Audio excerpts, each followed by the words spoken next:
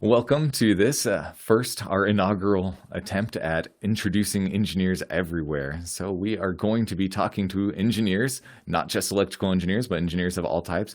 And we are going to be introducing them to you, our CircuitBread audience, so you can get a feel for what engineers are like out there, what it's like to be an engineer in daily life, and also not just personally, but professionally. So, what do we do as we're going about our jobs? And so, on this first attempt, I'm so grateful to have both Vineet and Cynthia with me. I'll introduce both of them. We'll start with Vineet. Vineet Barot is an engineer with a Bachelor's of Science from Worcester Polytechnic Institute in Engineering Physics. And he has a focus on thermodynamics, heat transfer, and fluid mechanics.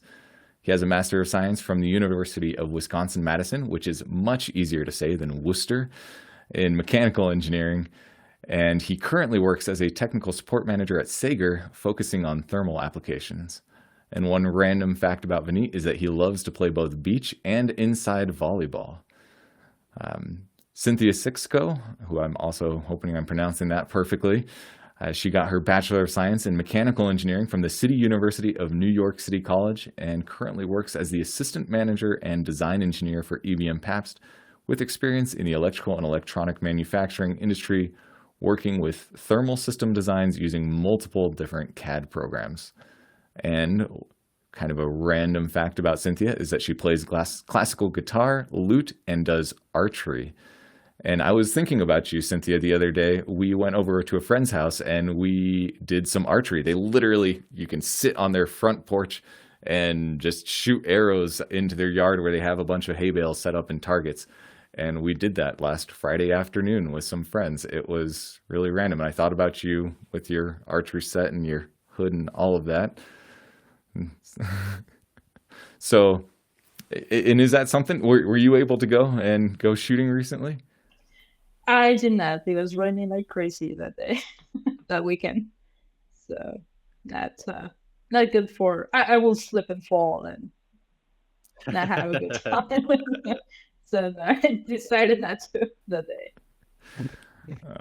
Okay, well, hopefully next time. I know you both are in the Northeast, if I'm not mistaken, and I think you guys get a lot more rain than we do here in Idaho. It's always fun to look at those maps of the U.S. and just everything's green, and then you start getting west of the Mississippi and it just turns dead.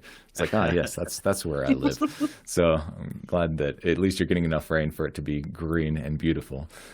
But to get started, I'm really curious. I would like to get your background. What interested you both in engineering? And either one of you can jump and let the other one think. But what is it that made you think, this is what I want to do? I definitely want to get into engineering. Sure. Ladies first, Cynthia. Go for it. Oh, okay. um, well, to be honest, I was in high school. I was really interested in physics. I'm like, oh, that. I was that kid that was always, wow, there's a whole new planet again? What is this number? IST 7123. So I was always into science, breaking things apart, putting them back together as much as I could against my grandma's wishes. And at some point, I migrated from El Salvador to the US as I was finishing high school. Once I got here, university became more of a yes, I can do this, more open. They always have the dream of continuing education. So physics was always, my dream. But I realized that I would like something more tangible, something that would allow me to touch things, have all these theories, apply them, and see them, touch them, break them, put them back together again.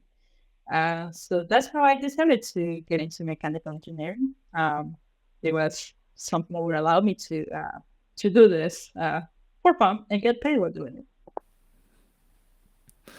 That's awesome. Yeah.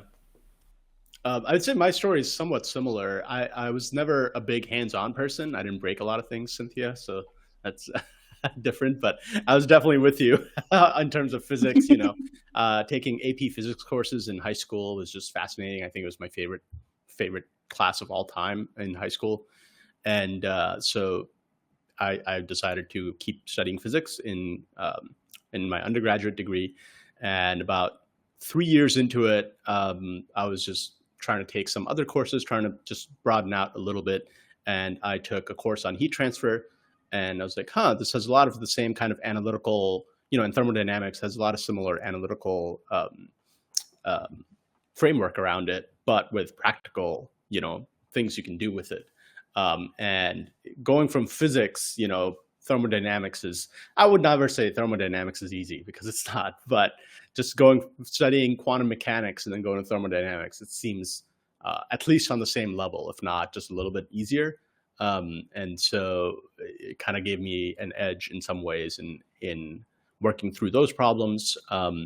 And I liked it enough that I pursued it for my graduate degree. It's crazy.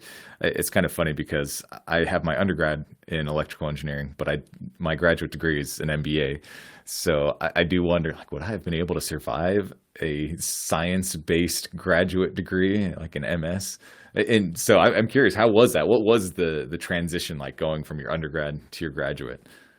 Pretty smooth, I would say. I would say pretty smooth. You learn a lot of the fundamentals in undergrad, and you get to kind of use them to step onto the next stage. And I didn't find it particularly hard or anything like that. I also did my thesis work. I did lab work, which I would say is a little bit harder, more challenging.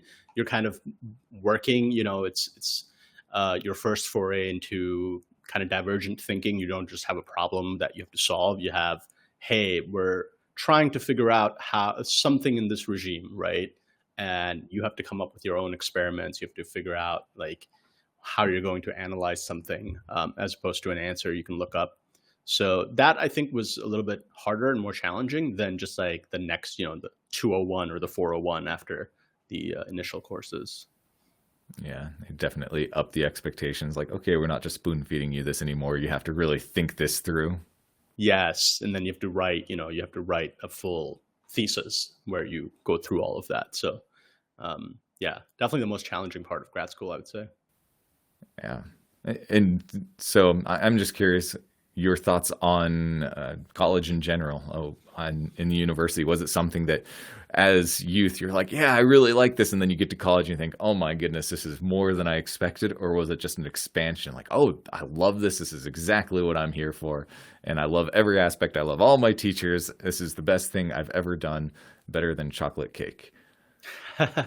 I think for the most part I enjoyed most of my courses, and it is a lot for any student, as they know. It is just a lot of different things to go through and learn, and managing schedules and all of that, I think, is the more challenging part for anyone. But the courses themselves and the lectures themselves, I found them fascinating and enjoyed every one of them. Cynthia, did you? Yeah, same here. You have your usual engineering course that this professor should not be teaching this right now. Oh yeah. And that is part of, I guess, the college experience is never It shouldn't here. be. So it should not be part of the college experience. No, it should not. But it's always there. I always I like the courses that I took, and I was able to have fun with it. So it's of course, one might argue that staying up until 3 a.m. in the college library to cram an exam that you have at 8 a.m. doesn't seem really fun. But I miss that. It's just sometimes really committed to something. The focus is nice, right? Just be hey, it's 8 weeks or 12 weeks or whatever it is. You're really going to study electrical engineering or whatever, eigenvalues, whatever electrical engineers do. I don't know.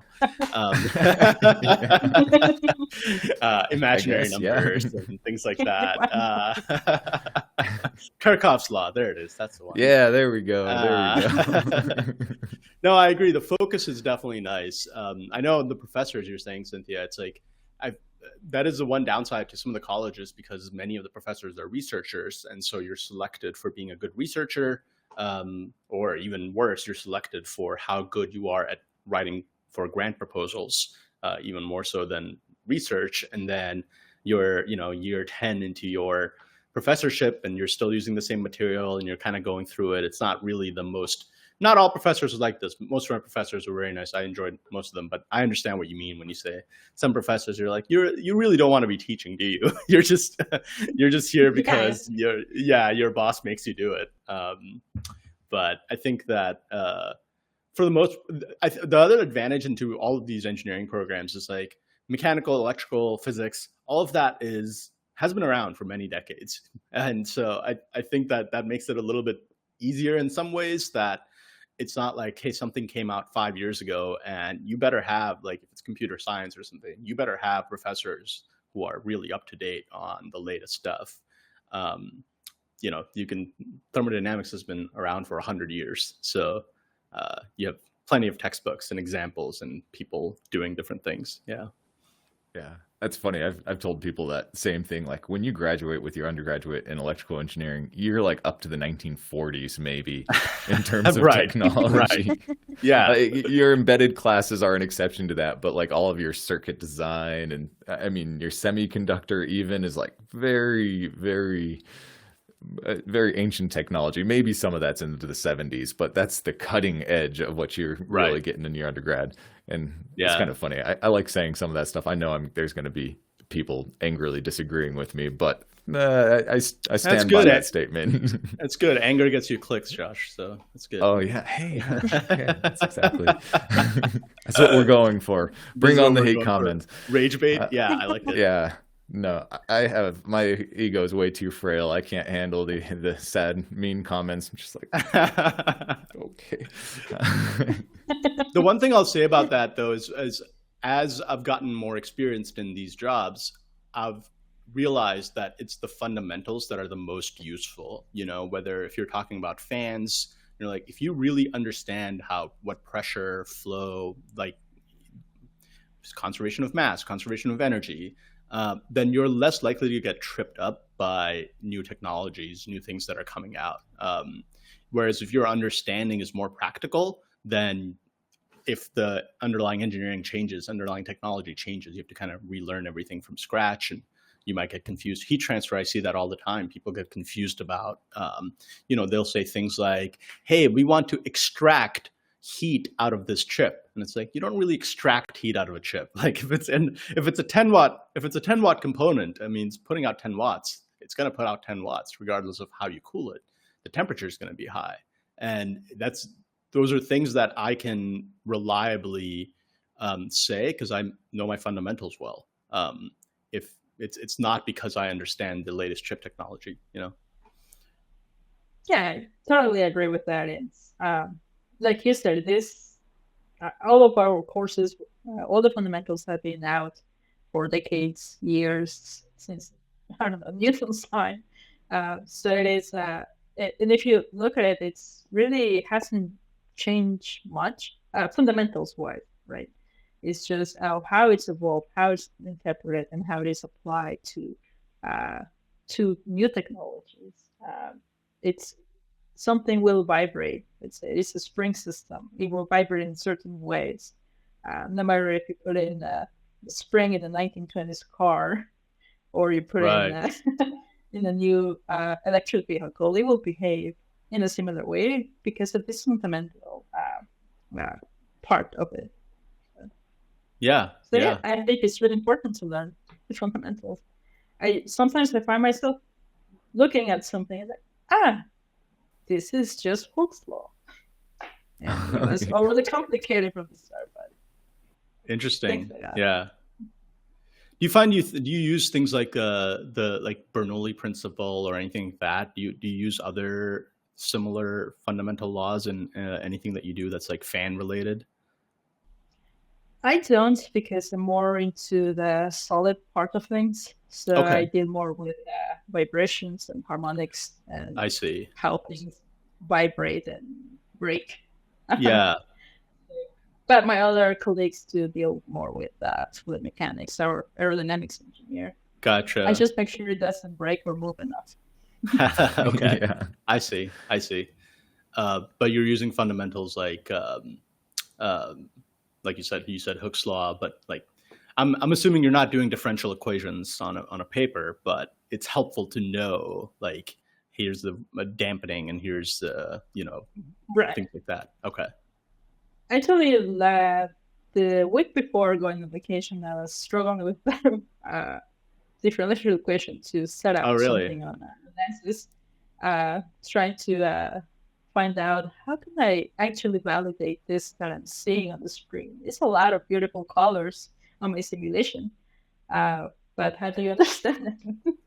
Right. So once in a while, I do have this, had to say, if this is moving in X and Y, it's not really a simple one linear thing. It is moving in this direction and whatnot. So I think that, at least for my part, I try to look at simplify it as much as I can.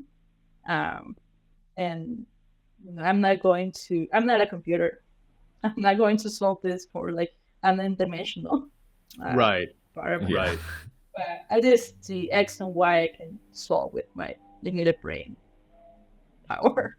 Gotcha. Okay. Yeah, it helps you do like a sanity check in a more Yeah. fundamental, like firm way, not just like sanity check, like smell test, but just like, hey, does it? Yeah, is this type of material supposed to bend this much? You can do that. Right. Yeah.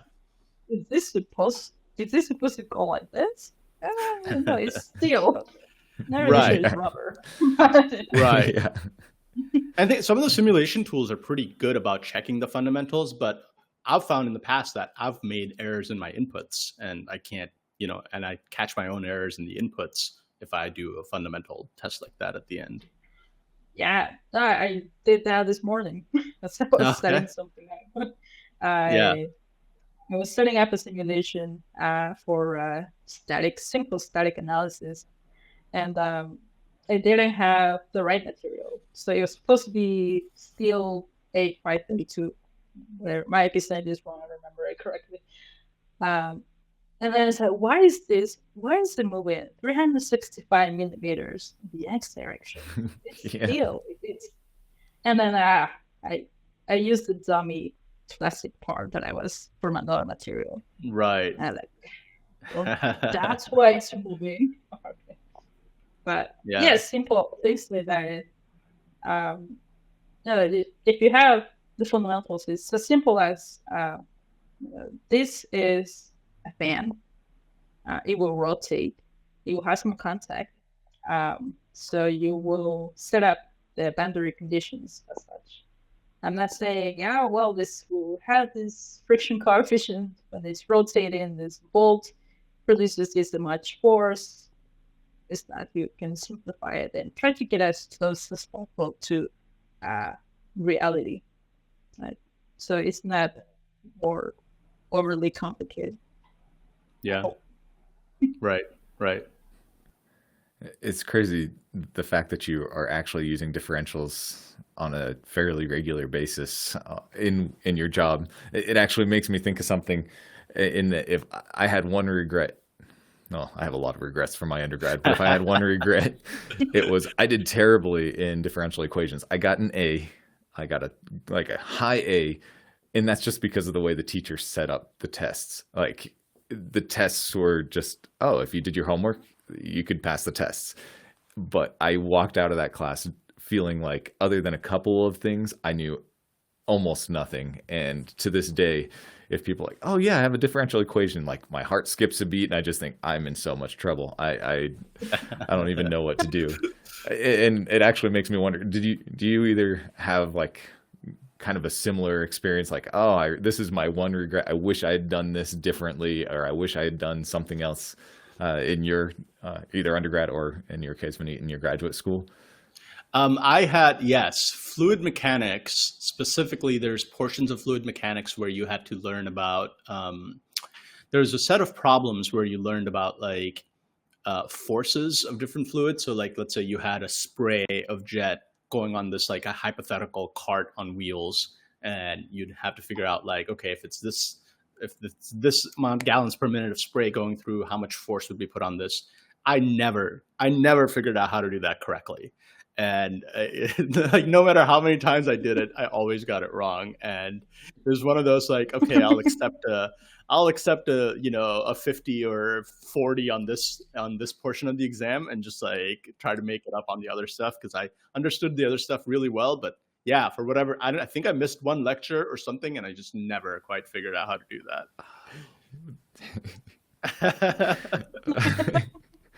You know, maybe I should be careful. Are we making confessions that our bosses are going to be like, hey, by the way, you're fired? I thought you knew how to do this. Yeah.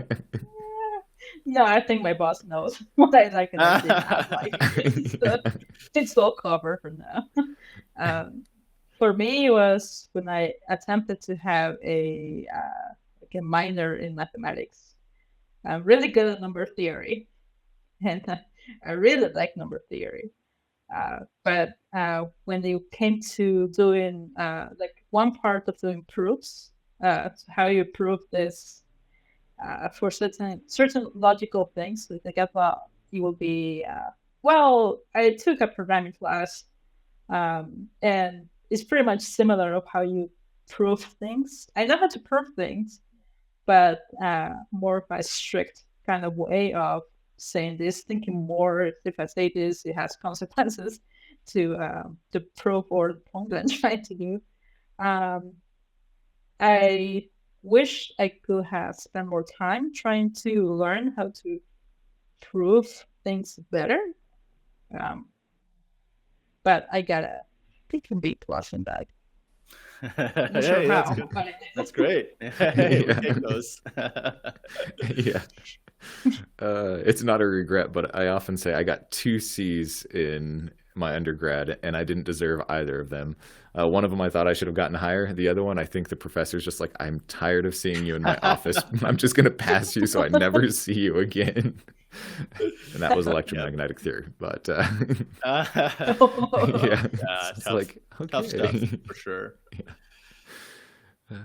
But yeah, one of those times, I don't know, this grade doesn't seem quite right. Yeah. So it's fun to hear like those things that we struggled in college, and then some of how that doesn't apply to what we're doing, and then some of the other stuff. So like if I were in your case, Cynthia, and I was required to do a differential equation, I would just, go cry and update my CV. What do you call that? My my resume. Yeah, like it's over with. I'm just done now. Oh, lucky out. So, but that does make me wonder, like, okay, I wouldn't have expected you to be doing differential equations for your job, like on a semi-regular basis. What do you like? What does a day at your job look like? What are you actually doing? Well, I had multiple tests, but I tell you the one that I have more fun with. So I am in charge of running finite element analysis on a lot of our products and sheet metal enclosures. That is the highlight of my day. I like setting up the whatever I can model, because as a design engineer, I also do design work for our sheet metal parts. So it's always fun to start setting it up. How do I connect this bolt? I don't really want to use like a whole model of a bolt that's going to cost me a lot of time and mesh and computer power. So I like setting it up as close as possible to what it is supposed to be representing, and also take into account that I need to do this efficiently. I don't want to spend 8 hours just trying to figure this out. So that's the regular day, setting up my CAD for finite element analysis, setting up the boundary conditions, running the analysis, and making sure that it actually makes sense. So while it's solving, I do read. For example, I got this book on the strength of materials from Timoshenko. I was like, yeah, I'm really fascinated by this. So I will just read some of the theory for the part that I'm trying to solve, make sure it makes sense, and then run like a quick mental check of, oh yeah, this makes sense. This is actually the length that needs to be. Do I need to calculate like a rough stiffness of the system, or just for a beam? Is this really a beam? Other things like that. But that's pretty much one of my tasks that I do. The rest is design work, CAD, helping my team be interested more into what I do and teaching them at least the way that I know I have fun with. Of course, I always try to get their input. I'm not a dictator, but I do try to keep them entertained because I like being mentally stimulated all the time. Otherwise, I will not like my job. And thankfully, I am always mentally stimulated. So I try to do that for the rest, for all my team. Yeah. So Cynthia, are you creating like best practices essentially for your team over time? You're figuring out like, hey, I don't need to model this whole bolt. I can model this as 2 points that are anchored or whatever, and figured out it's accurate. And then that's something that the rest of the EBM engineers can follow and save time for future ones. Is that, yeah? Yes, is that of roughly course. right? Yeah. I started doing that like, even for myself when I was the only one doing that. Because Right. I remember a lot of things, but I would not remember that I used a 2mm mesh for this part 7 months ago. So Yeah. writing it down, having guidelines, even if it's just like a 5-step thing, helps a lot, not only for myself, but for my team. So what I try to think of is this, if I'm annoyed by how many steps I'm doing and how much I'm looking for information, how will my team feel about that? So I try to have the information available for them so that they do not go through what I went through when I did not have anything. So it always helps to have information. Yeah. Is that an engineering thing? I love succinct reference manuals. Like I honestly, I got a reference manual for when I was studying for my professional engineering license, and it's just so succinct. I actually really like it because yeah, it's basically a study guide. But it's like, oh hey, this is exactly what I need. And actually, Susie working for us in CircuitBread, she is making a bunch of study guides. And so I don't know if that's just a me thing or if everybody else like, oh, I love the fact you can take an entire book and basically condense it down to 5 to 10 pages. And yeah, if you aren't familiar with it, then you're going to be like, what the heck is all of this? But then otherwise, like, oh, quick reference, find exactly what I need. It's perfect. And so that's cool. Making the life easier for the people working for you and for yourself. Yeah. And I would say, I mean, yeah, I like to think of it as best practices because it's like, it's something that I would give to my colleagues, but it's not something that I would share with like an undergraduate class because it may not, like, I wouldn't want to teach them like, oh, you can just do this mesh, it's fine. Like it works 95% of the time. I would want to teach them fundamentals. But yeah, for your colleagues who are doing, you're doing sheet metal every day, you're doing heatsink, I'm doing heatsink design all the time. I'm like, yeah, radiation is not important if you're doing active cooling. Like just, you can ignore it, right? But it's not something that I would say in an actual heat transfer class. And I think that's actually another thing where it's important to learn the fundamentals so that you can make those decisions on like, is this going to matter? Yeah. Because if you tell that to a bunch of undergrads, they're just going to run with it. Like, hey, you don't need to worry about radiation. Like, whoa, that's not what I said. I said Yeah. in Yeah. these cases, that's not acceptable. And you need to be able to know, like, is that acceptable or not? Which you don't because Right. you haven't gotten the fundamentals. So get back to work. Yeah, exactly. Yeah. Yeah, it's never one fits all. So there's a lot of engineers out there that some that are trying to be engineers at the moment. So it's never really whatever they may end up. One advice will not work for them because they might have completely different scenarios or doing something completely different. Even if it looks like it is, it will deviate exactly. It'll deviate from what it is. So they need to know. Right. Yeah. That's pretty interesting. Vineet, what do you do every day? A lot of what I do, so on the technical side, the most technical thing I do is design heat sinks. And so that's really just optimizing, fin ratios, fin thicknesses, base thicknesses, materials for any given set of fundamentals, and then when you have pairing it up with like an EBM fan, you want to know, okay, you're what's going to be the pressure drop and how much airflow you're getting, et cetera. So that's the most technical aspect of what I do. It's probably, I would say, less than 20% of what I do, because most of my time is spent working with customers, trying to understand their needs and recommending them parts that are being made, doing a lot of comparisons, learning about which features are important and what to display to make the decision making easier for customers. And you look at a data sheet, like an EBM data sheet, it's very long. It has everything. It has lots of different things in it, and it's confusing. It can be confusing for someone who doesn't really know fans in and out.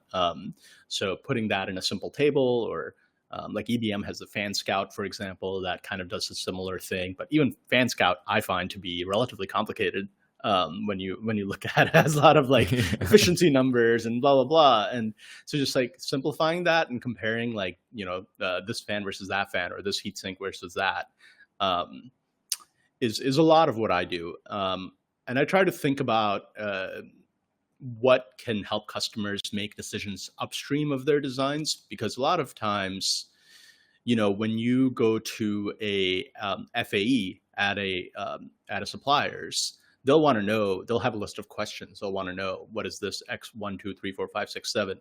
And engineers may not know that ahead of time. They're way more upstream in their decision making. They don't even know if they need a fan, for example. They don't know if they want an aluminum or copper heatsink. They don't know what the differences are. So explaining to them like, okay, copper is going to be double the thermal conductivity, but triple the price, triple the weight. So that's just like a rule, right? It's like 2, 3, 3. Like that's just a rule. So if you kind of know that, then it can help you understand that ahead of time, instead of saying, okay, you have to go and do the full design and compare the full design next to each other.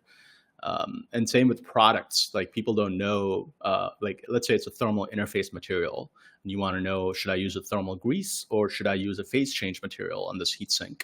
Well, you may not even know what the difference is in terms of like price and availability and ease of use. So doing those comparisons ahead of time and giving them something to look at is super important for them. So I do spend a lot of time doing that kind of it's not even modeling. It's nothing super technical, but just relatively simple comparisons. But understanding the product helps you know which features are important to compare them.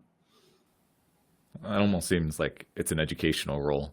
Like you're basically just trying to make it so you might need this much, but really to make a first pass decision, you only need to know this much, and then it's on you to make that simplification. Yeah. It's interesting. And I talk to customers and say like, how many hey, this is going to be iterative process, right? Like what's your project timeline? Like, are you okay with this iterative process? What kind of process do you prefer? Because some customers prefer, okay, here's 3 designs, cut them for me, send me the samples, I'll test them. They don't mind testing 3 different designs. They don't need you to get it right the first time.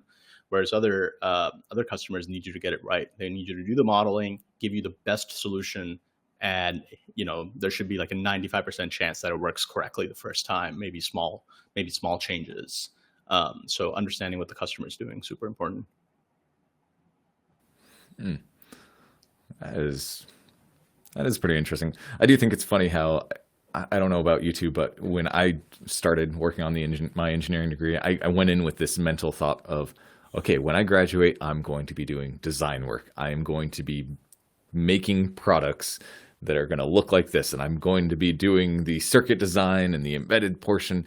And then I got out, and I know that I've had a weird career path even amongst engineers, but even talking to most engineers, like there's only a fairly small niche that does even as much design as you do, Cynthia. I feel like a lot of it is like a little bit of design and then a lot of that was me trying to say interpretation and interpolation at the same time. Interpolate something. But yeah, there's a surprising amount of communication that goes on in, like, not formal, but education, that you're educating either other engineers that aren't as specialized in the field, or educating managers who are like, hey, I want something that's cheaper, faster, easier, and more effective. And like, yeah, okay, Santa comes once a year. You can talk to him, and but those of us that are dealing in reality have some trade-offs that we need to figure out exactly how we're going to do. So that's fun to hear that even between the two of you, there's a pretty big difference in what you're doing on a day-to-day basis. Yeah, trade-offs are huge. That's a key word for sure. Like I often get requests that are like, hey, I want to keep this as cool as possible, but I want the heatsink to be as small as possible. And it's like, there are literally two different directions, man. Like, you got to pick, you have to pick something. You have to narrow down some things, and then I can give you a range. I can tell you, like, here's the 3 different heights, and here's the temperatures at 3 different heights, But in terms of like expectations from what I was thinking about in school versus what you see in reality, one of the things that surprised me is how much in engineering we learn about things like measurement and tolerances. And maybe you do that, Cynthia, at EBM. You guys do a good job of that, but in a lot of places with engineering, they're like, we don't even think about tolerances. It's like you measure something and it's like, this was 38 degrees, and you put it in a report and it's 38 degrees. And it's like, yeah. Oh God. Yeah, no, for things that I do, like a lot of GD&T and making sure that this angle is actually 90 degrees. Or whatever it might be. At least part of my job is doing these tolerances, meeting tolerances, because if this plate doesn't mate well the other part, then we have to make it again. Then we have to go through production, waste more material for something that it could have taken probably 10 minutes to check your tolerances. So it's like, yeah, wow, it's important. Yeah. That's why they are there. Yeah. I think that's something that I also struggled with resistors, both the tolerances, and it's like, oh, you have a resistor, it's plus minus 5%. Okay. But then I feel like in college, they didn't mention, or I was not paying attention. I'll totally own up to that if that's the case. They didn't mention that like resistors are almost always a certain value. So you have like kind of set resistances, and there's 47 ohms, there's 4.7 kilo ohms, there's 470,000 ohms. Like that's a common one. Whereas if I wanted 532 ohms, that's just not going to be out there. So I remember my very first hobby project. I was like, oh yeah, I'll just use this resistance, and I made one up. Like, oh, I can't find that. I ended up having to like get this highly specialized, precise resistor for something that absolutely did not need it. Yep. But yeah, just that combination of tolerances and what is real life actually going to be showing me versus me. Oh, I think it should be 38 degrees, or I think it should be exactly 90. Well, yeah, it'll be 90-ish degree angle there. Yeah, no, I mean, I should have clarified and said, I guess I meant more in like uncertainty of measurements, right? When you're doing lab testing, I think that's something that gets overlooked a little bit. Obviously, tolerances for mechanical parts are super important.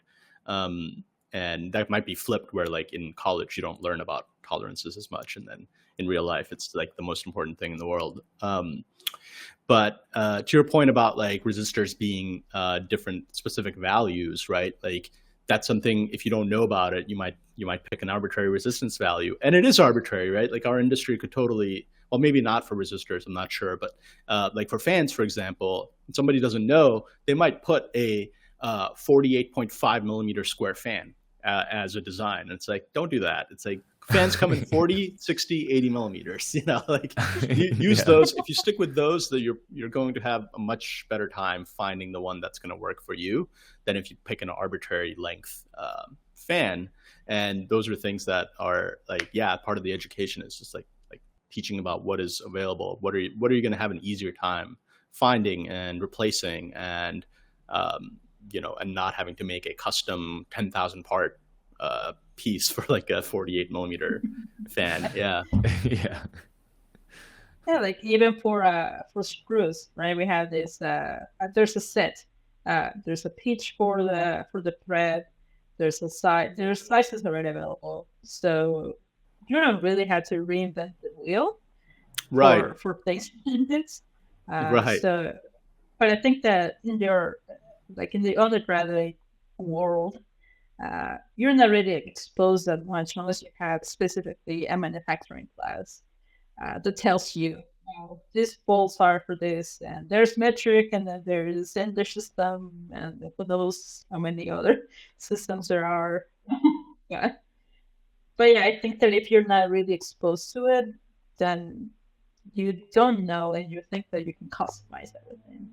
When in reality, there are things out there already that you don't really have to do again. As it may be costly.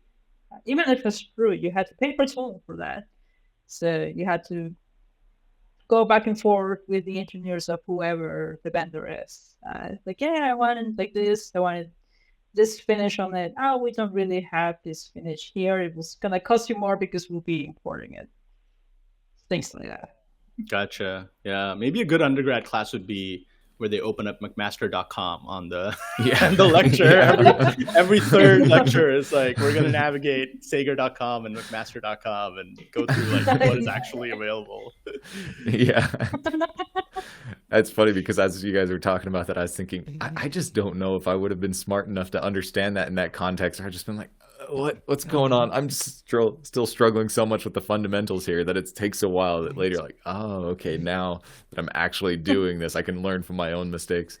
It's sort of like that thing where they say, hey, they should teach kids how to do taxes in high school. And it's like, what? So they can sleep through that class as well? And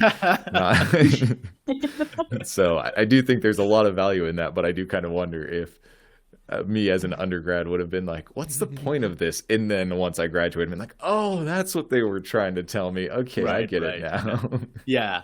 I mean, I'm in jest because I think fundamentals are definitely more important than navigating a website. But I think a little dose of that is nice. Like a little dose of reality would be nice too. Like resistors, for example. Like here's the resistors that are available to you. Yeah. And that's something, Oh, sorry. Go ahead, Cynthia. Even for my senior design, my last year, our professor was, last semester actually, he was giving us one or three lectures of geometric balancing and dimensioning. And I was thinking, where am I going to do this? I don't really want to know about this tolerance. What is this datum? Yeah. I don't want to know about this. And then I got this job, and I'm like, oh, you're going to do GDNC? And I'm like, should have paid more attention. Good thing I saved the slides. Yeah, for sure. That's funny.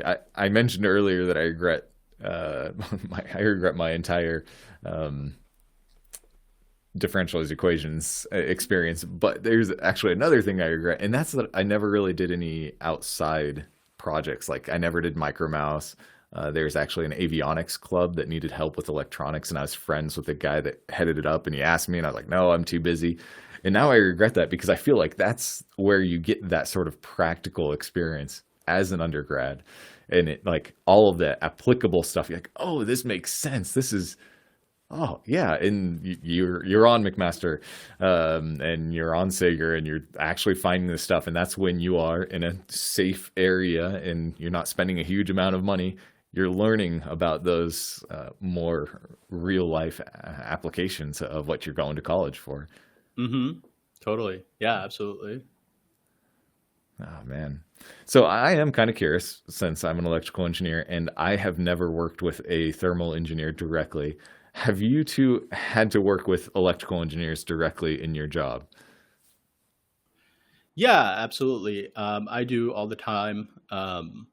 And I think mechanical engineering is at the fundamental level a little bit easier because everybody deals with mechanical things all the time. So, you know, electrical engineers understand mechanical engineering, I think, just um, and it makes some things easier.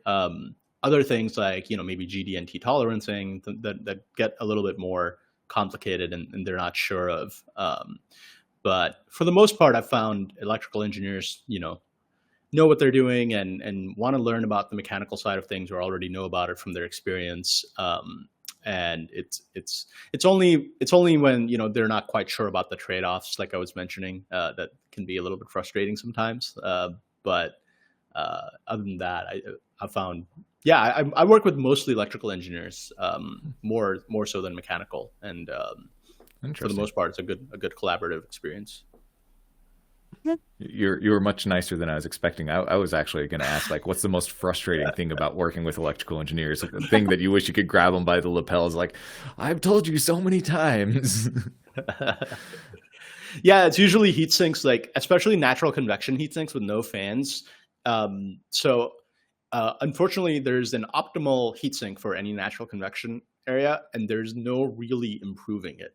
And so people don't really understand that. They're like, "Okay, can you give me a better heat sink for this?" And it's like, no, this is the most optimized heat sink you'll get for this size. And then it's just a trade-off between size and cooling power. And yeah, and if they don't, or if the other thing is they'll, you know, the whole like four corner type design where they'll be like, okay, it's drawing the highest power at the highest ambient temperature, blah blah blah. Well, I'll take those inputs and say, okay, you need a 2 meter long heat sink if you're going to do that. And they're Yeah. like, well, that's way too big. Okay, I understand that's way too big. So, but like, you need to choose values that are closer to, like, if you can understand RMS in terms of like power, you can understand RMS in terms of like tolerancing or in terms of actual values that you might get. You don't have to go to the extreme, like you don't have to go to the peak for all of them, you know. So there's certain times when it's like, okay, you understand this in your domain, you can, it's, you know, why you're having a hard time pulling that into the mechanical domain. Um, but yeah, for the most part, I think it's they kind of get it. That's funny. I wonder if that's in part because of the hopefully mostly joking interplay between the different types of engineers of like, well, as an electrical engineer, I don't need to know mechanical engineering stuff. That's Yeah. like lower level engineering stuff. Yeah. I know we're not civil engineering level here, but still, like, I'm not going to drop to that level. The other, No. if you are going to make me rant, Josh, I guess I'll say a couple other things on that. But the other times it's like when they, like I said, when they'll fundamentally misunderstand heat transfer and say things like pulling heat out. So they'll say like, well, I want the copper to be closer to the chip and the aluminum heatsink to be farther away because then the copper will draw the heat farther out. And it's like, look, you understand how resistors in series works, right? Does it matter if it's R1 plus R2 or R2 plus R1? So Yeah. then it's the same thing here. Like, it doesn't matter if you flip the copper and the aluminum at the end of the day. It's, well, it might matter in certain cases, but like, it's not what you think it is. Heat doesn't work like that. It just works like resistors in series. So yeah, there's other things like that where they'll overstep and think that they understand certain parts of it and they don't. Yeah.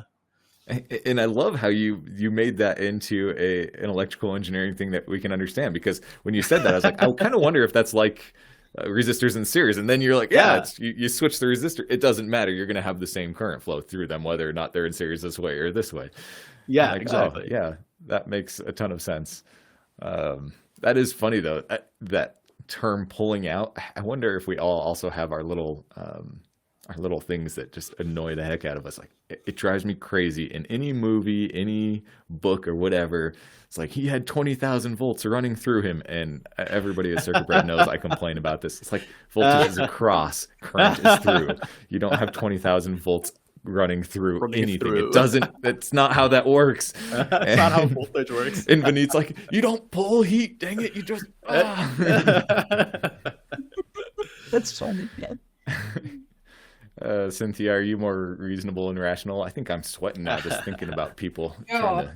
I don't know. I don't deal that much with electrical engineers at the moment.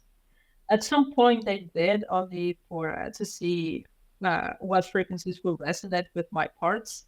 Thankfully, they're really far away from my working frequencies. So I'm like, oh, cool. I don't have to talk to you every 5 minutes about not using that frequency at this point. Please do not. No, I help them once in a while, mostly for CAD work, to understand how the drawings and the bill of materials are placed. Like, no, this resistor actually doesn't have to go on the top level of this bomb. It wouldn't make sense. They don't build these things like this. Please do not do that. Or this PC board doesn't have to go at the top or at the bottom. They would not build it like this. So maybe for things like that, I had to deal with them, how to construct these parts or how to take them out, but not to the level of your movie example. At least the other way around. Maybe I'm the one saying, well, but the movies always say the truth. It wasn't Tom Cruise said it. It has to be real. Has to be true if Tom Cruise said it. Yeah. Oh man. Okay, so basically I feel like what I'm hearing here is like, oh, electrical engineers aren't too bad, but once they get outside of their domain, they need to take it down a notch and recognize that you're experts in your domain, just as they're hopefully experts in their domain. That seems reasonable. I can respect that. I think it's the same for everyone. For example, if an aerodynamics engineer tells me, no, you cannot put this tube right in front of this blade. It's going to make a lot of noise. But it's like, but it's structurally awesome. It's not going to fall apart. And they're like, no. You're like, I can minimize weight and give the same strength here. Like, no, it's like, please work with me. Understand me that my job depends on this. They're like, no, it's not efficient. I've done that before too with like designs. I used to work at a company where they made steam injection heaters, and part of it was steam was flowing through this heater, and there'd be like a little handle for like a plunger. Imagine a cylinder with several holes in there and a plunger inside that dictated how many holes were exposed. And so there would be a lot of pressure drop for the steam because of how all the bracketing and everything was happening.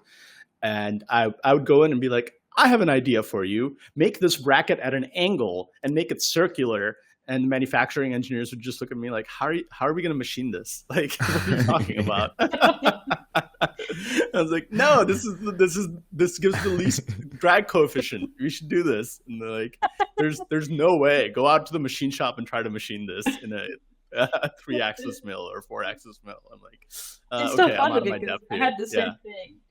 Yeah. It's like, well, this is at 68.325 angle.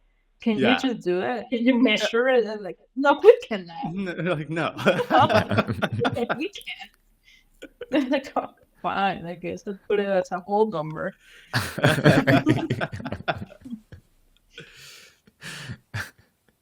Okay, I do want to ask a couple of personal questions. Nothing that personal, actually. We've been talking a lot about some of the fun stuff in engineering. Do you have enough time? And if you want to say like, yes, of course, Sager Electronics gives me plenty of time. I have a great work-life balance. We can talk. We can turn everything off and talk more about that later. But do you have enough time to go out and actually do your passions? And what do you do in your free time other than volleyball and archery and playing your lute? Which, if you have your lute nearby, we might ask for a quick performance. So I'm like a bored. There we go. That could be fun. I don't have any fun hobbies like that. I could bounce my volleyball around, I suppose. It's No, gonna be like a I'm show really and tell. appreciative. Yeah, right. Show and tell. No, I'm really appreciative of the role that I'm in at Sager. It allows me to kind of work with customers. I when I'm traveling, it's a lot of time being taken up, obviously. But when I'm working, when I'm working normal office hours, I have enough freedom to be able to kind of make the educational tools that I've referenced, and think about like, okay, it looks like there's a lot of customers asking about cabinet cooling. What can I do? I can make a presentation to show them all the options that they have available. And so it gives me the time to do that, and allows me work-life balance as well, because there are projects that I know are important, but they're not always time sensitive. There are things that have really good ROI. If I build a good calculator, I know it's going to save me time in the future. And so if I do that ahead of time, or like what you were saying, Cynthia, if I write down the best practices of how to do these meshes, the next time it's just going to be so much faster. So that allows me good work-life balance for sure. Cool. Cynthia, what does your work-life balance look like, and what do you do for your free time besides archery and lute playing? Well, I have a dog, really. So he's really chill dog. He looks like a bear. So sometimes he needs a lot of attention. So if I'm not playing my instruments or doing archery, I am outside with him, or inside with my partner. Also watch movies. Once in a while, watching anime, because that is just what we do. Okay. All right. But, What's good anime? Is there a good anime you can recommend? Yeah. Any recommendations? Yeah, I would take it. I finished watching Kaiju #8. Really cool if you like fighting stuff. Okay. Really all right. Okay. interesting. Yeah. And I was watching Tower of God, which was a webtoon based one, and now it's in Crunchyroll. So if you like the fighting and The fighting type anime. Okay. the Gotcha. fighting type, yeah. And of course, I'm a diehard One Piece, and I'm gonna get canceled by Okay. these. Diehard One Piece. Okay. I want to watch. Apparently, there's a I'm not a big anime guy, but apparently there's a volleyball anime. And I want to watch Yes, that. there is. I think What is it it's called? Haiku, Okay. I remember something like that. Okay. But I didn't Yeah, know I which wanna one watch you're talking about. Yes. Yeah, I want to watch the volleyball anime. Sounds fun. Huh, that sounds interesting. Isn't there a live action One Piece now? Is it any good? I haven't. I I didn't like Vineet, watch I haven't that. really been able to get into anime. My wife gives me judging looks every time I even attempt. Like, what are you doing? Why? But I thought, it'd be interesting to see the live action. But did that come out yet? I'm not even. I think it did. I did not watch it. No. Okay. I'm just sticking Yeah. with the The the original. OG. Yeah. Are you a manga reader as well, Cynthia? Are you like doing it? Yeah. Yes, I prefer the manga. One, because I don't have any patience for this thing. So it's like I cannot wait for the next season. I need to Yeah. know I'm what just gonna happens read next. this now. And then I get to the point where they're going on a break, and I'm like, God damn it, I should have waited for the season. I should have done it. But yeah, I read manga more often Nice. than that. Oh, okay, cool. I don't think I've ever read manga. Like I've tried me anime. neither. My in-laws they've made huge amounts of recommendations, but again, I guess my wife didn't get the same bug as her siblings in terms of Interesting. finding it interesting. But yeah, I don't think I've ever read manga. So, do you have any recommendations on that? Hmm, I guess One Piece, if you want to read like 1,000 Okay. 1,000 Sticking chapters. with the recommendation, I like it. You're a One Piece guy. Yeah. You're like, Well, can't go wrong. yeah. Yeah, I think that what is the other one is really common. Dragon Ball Z or Dragon Ball the series. Oh, You can yeah. read that. Mm. And I remember Style. Dragon Ball Z from when I was a kid. It's Right? been around for a long time. Attack on Titan. Is that a? Uh, I went. yeah, Yeah, I think I've watched a should be couple of good to episodes of that. Mhm. That was depressing. Oh my goodness. Yeah, it was really depressing. No more walls, please. No. I like Needed a lot of I watched One Punch Man a few years ago. That's the one that I them. watched multiple seasons of and really enjoyed. Yeah, I heard the manga was good. Yeah. yeah, it was good. Yeah, it is really comedic and ironic, and makes a Yeah. lot of fun of your usual superheroes. Of like the genre in Yeah. general, right? And like, Yeah. yeah. I I like kind of like spoofs. that. I like spoofs Yeah. a lot, so that Same. might catch my attention. I was actually Yeah. telling my kids I need to start showing them the oh man, Spaceballs, Robin Hood Men in Tights, and then also the Leslie Nielsen movies. I love Police The Naked Police Guns. Squad, Naked Yeah. Gun. Yeah, Definitely. I Scary enjoy movies. spoofs. Those are great too. Scary movies. Yeah, Scary I don't movies think are I've ever great, too. seen those. Oh yeah, great parodies. If you like spoofs, those are great. Yeah. Okay, perfect. But I don't watch horror. I hate horror in the first place. No, same. But it'll probably still be it's worth it. Yeah. I don't watch Okay. horror either, but it's worth it. They're funny. all right. Good to know. I'm glad that I'm going to come away from this with some good recommendations on how to waste This my is time for the next. really important part. You should put this up front. This is what people care Yeah, about. yeah. Yeah, I'm yeah. going to tell the editing team, put this in the beginning, like before should the be the teaser. introductions. Like this is the Forget about message all that that. everybody needs to hear. Yeah.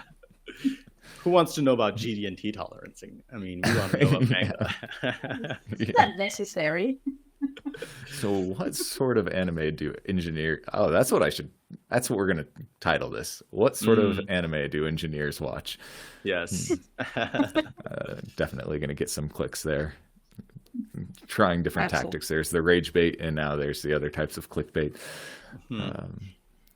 But on a little bit more, well, not that wasn't serious, but on a little bit more serious of a note, I'm curious, like long-term goals. So we're all supposedly rather young here. I'm not. I need to start dyeing my hair if I'm going to say things like that. But what are you guys thinking about doing over the next 20 years? Where do you hope your career takes you? And what do you hope, like, both in terms of like what you're actually working on and who you're working on it with? I'll say so. I'm actually I'm in a very good place right now. I'm very satisfied with my job and the industry, and I'm learning a lot every year. So I'm on good track, I think, and I'm not in a place where I was, where I was an engineer and thinking about becoming an engineering manager or VP of engineering, etc. I'm more of I have a role that's I don't have people reporting to me, and it's very, very independent, which I enjoy. But I think that if I keep doing this job, eventually I'll find things about the industry that I'll want to change and improve in some fundamental way. And whether that idea can be implemented at Sager, I would love that. Or if it's something that I have to go off on my own and do, that's probably what will happen, I would say, in the next 10 years or so. But it's not something that I'm running towards. I'm very much learning things and absorbing things, and you need to learn a lot more about how things work before you decide you want to go and change things. So yeah, that's where I am at right now. Interesting. Cynthia, what are you thinking? For me, I'm also really satisfied with what I'm doing. I'm in a junior manager position. So right now I'm just experimenting with that, if I like it or not. I enjoy teaching. I enjoy sharing the wealth of knowledge that we have so far, and also learning a lot from what we have failed from and how to improve it. So I have a great boss. He allows me to experiment with things. Some things fail, some things are successful, but I like that. I like that experience, and I would like to teach that and have that space for whoever reports to me or whoever is interested to listen to me talk about a lot of vibration stuff and whatnot. Um, But as in the future, I do see myself trying to contribute more to the field, whether it is doing more research, finding solutions to things that might not only be for a fan, but also it can be used in a lot of other disciplines. In mechanical engineering, I would not attempt to do electrical engineering. I suck. Sorry with that. But at least in my field, I will try, my best to contribute that. And I enjoy researching. I enjoy, might say crazy like this, but I enjoy doing differential equations. I enjoy math. I'm not a mathematician, but I can use the knowledge that I have a little bit and apply it to what I do. And I enjoy it. So I see myself doing that in the next 5 years from now. That seems pretty cool. So it does make me happy that both of you say that you enjoy it, and that seems genuine, that you don't have, your bosses standing over your shoulders, cracking their knuckles, but that you're legitimately doing the stuff that interests you. And I think that's one of the joys of engineering is if you're interested in it, like you don't generally become super rich off of engineering, but it pays well. Like even the most basic engineering, it pays sufficiently well. And so it's one of those things where you can do what you enjoy, be passionate about, and perhaps you're not going to buy a mega yacht, but you're going to be able to take care of your needs and do so while doing things that you love. So definitely. I mean, really cool. I would say if you are in a position where you're hiring engineers or training young engineers or whatever, then having a combination of guidance, but allowing them to have some creativity and go off on their own and learn on their own to some extent is like a great combo. And not just me and Cynthia, but I think engineers who are in that position where they have some flexibility, but some like guidelines, some things you have to do, that combination is perfect. And engineers thrive under that for sure. Yeah, definitely. Well, cool. I really appreciate your time. I've enjoyed this opportunity to get to know both of you better. We've talked a little bit in the past, but I definitely feel like I know you better, and I hope that we end up at some trade show together so we can actually meet in person, because this is definitely better than nothing. I mean, I'm grateful for all of these calls and the ability to do video calls, but there's just nothing like going and seeing somebody in person, hanging out with them over a lunch or something like that. So hopefully we're able to do that at some point. Absolutely. Would love that. Hopefully soon. That would be fantastic.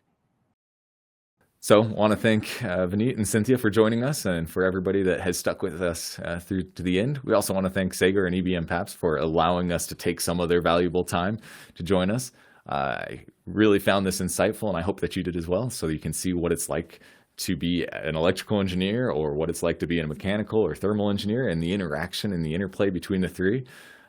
If you have any questions, please leave them in the comments below, and we'll get those out to Cynthia and Vineet so that they can chime in with their opinion. But as it is, if you like the video, give it a like, subscribe to our channel. We'll catch you later. Take care.